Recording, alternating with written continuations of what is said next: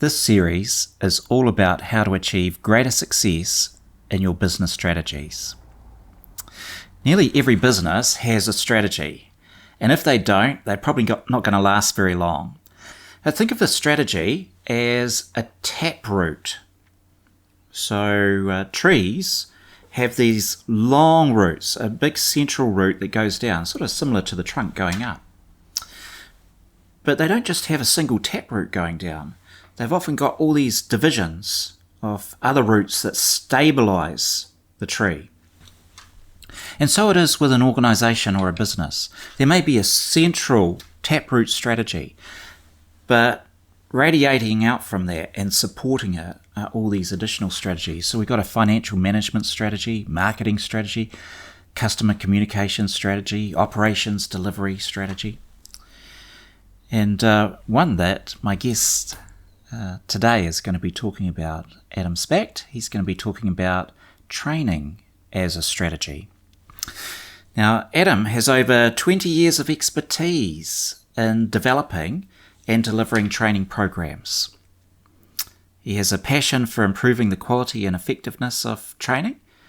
There's no yawns with his Train the Trainer products of no boring training. And he's a strong promoter for including training at a strategic level with CAS concepts. In our previous episode, I asked Adam what was the primary reason he thought businesses should have training as a strategy. Let's see what he said. The simple answer is money. So if you want to get the information on why he said that, pause here, go back to that previous episode and have a listen. It was really good. Otherwise, if you're all caught up on why that is, let's carry on. In this episode, we're going to be talking to Adam about positioning. Now, every tree is trying to find the good position in the sunlight, not too much wind. It's just trying to find the right place to grow to its best ability.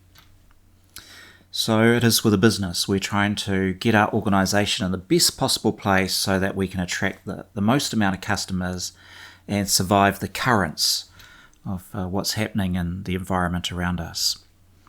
So I'm going to start by asking Adam about positioning. And we're talking about positioning people's minds.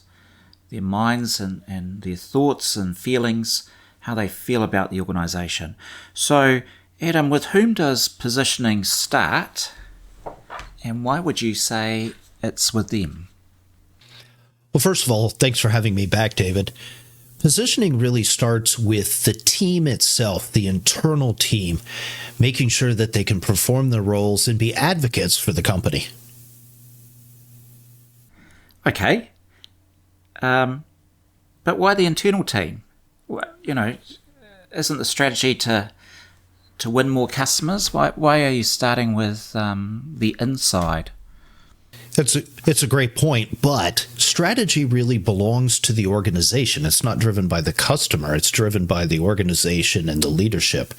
That strategy is executed by the team, and learning and training gives that team confidence, skills, and the abilities to execute at a higher level.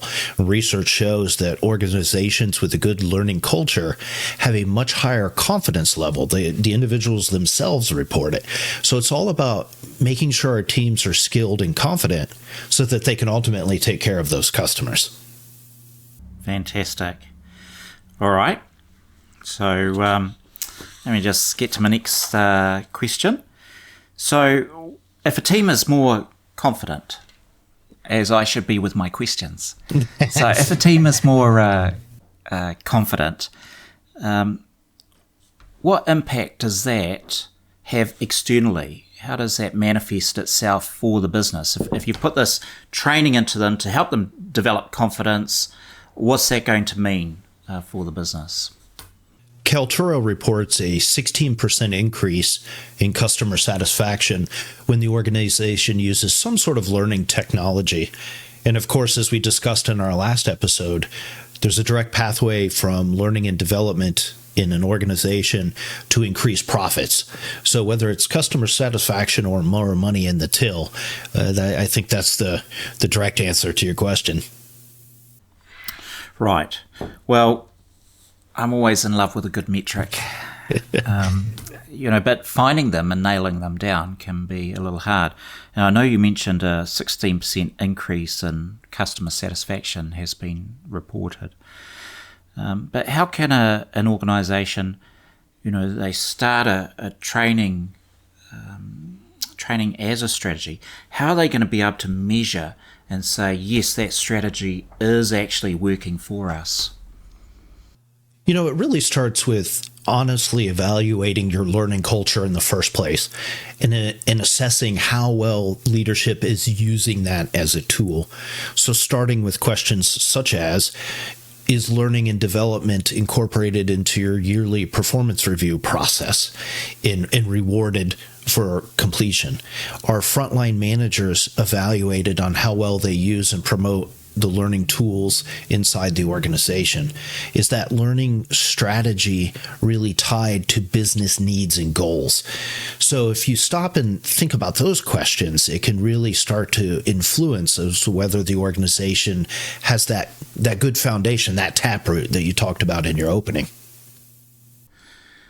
So as a consultant, I would see an opportunity for a maturity assessment, because that's normally the entry point into an organisation, to say, okay, well, let's give you a diagnostic.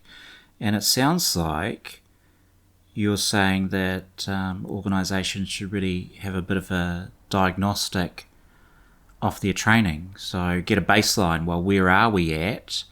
So if we're going to measure going forward, we at least know, are we actually achieving anything with our training right now? Sure. Okay. So,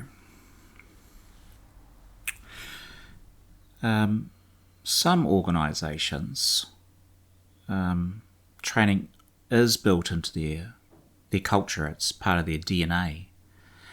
A client I've been working with recently, which really kind of sparked this interest in me talking to you about it. Training is their strategy. That is their business. That is their taproot. Oh, great. It's not a support. It's not a support route, and that's by investing in their training. That's how they differentiate themselves in the market, and so their clients are coming to them because they know their staff are highly trained and they trust them, and particularly because they're in an ethical space. Medical, legal, where very high quality communication is required. But they're not a big company. They only got 300 staff. And I think, while they can have training as their strategy, what about a smaller company? Because maybe some of those who are viewing this particular video are small to medium enterprises, and they may not have a trainer as part of their executive team. Can they still have training as a strategy for the organisation? Absolutely. Training doesn't need to be cumbersome, complicated, or costly. It's not this sort of secret ancient wisdom. So if you think about a smaller firm, take a look at, think about the first year of any job role in the organization. What are the key skills that individual needs to learn to be successful in their role? Think about write all those topics out on a dry erase board. Then think about what are the important culture topics that we want to share about our organization so the individual really understands our corporate why and our ethos and all that. Write that in there. Then chunk that up into some sort of reasonable time, if it's by week, by month, by quarter, or whatever. Think about all the topics that fall in a chunk of time, put them in a crawl, walk, run order. Presto changeo, you've got a pretty cracking onboard training program to get that individual to ramp up. And then you could sprinkle in some things from there, some explainer videos, some infographics, some cheat sheets, micro learning type stuff. But again, it's not really that hard or that time consuming. It's just really kind of understanding the mechanics of all of it. So those smaller firms absolutely positively can build a really great training program, just as one example, and to magnify that into a true culture that holistically strengthens the organization is not beyond their reach at all. So if you were to think about a small organization, and so you've described executing against the strategy really well.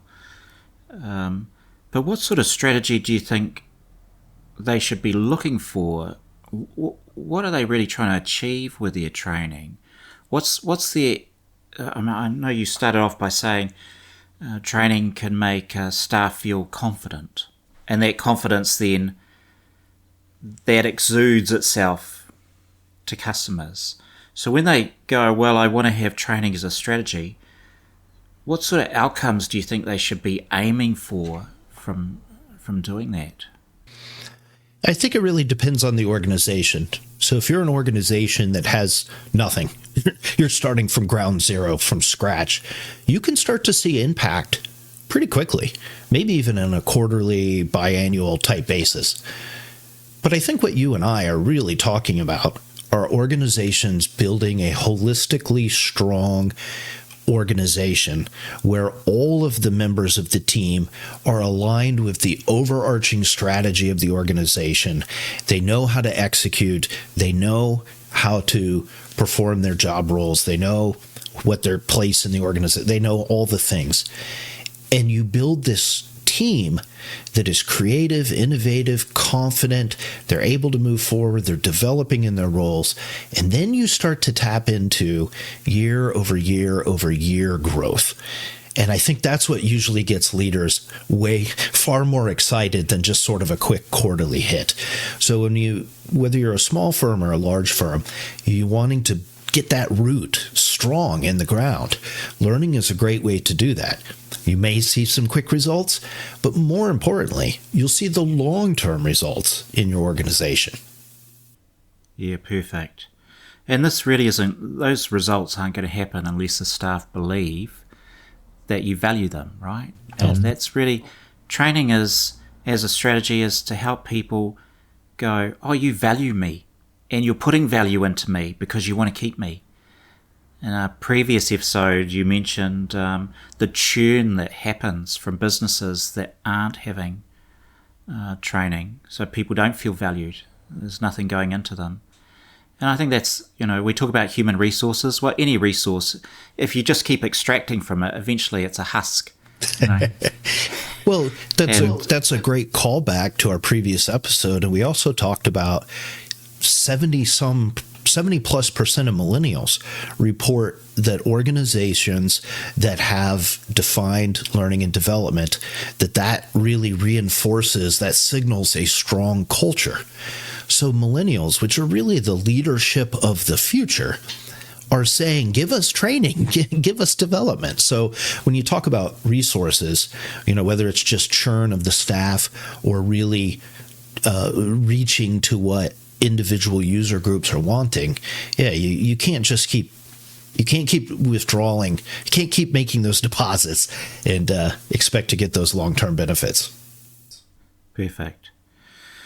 Okay, so we've been talking about when it comes to training, make sure that your staff know that is your strategy, that they're important to your organization, and then actually execute to that strategy.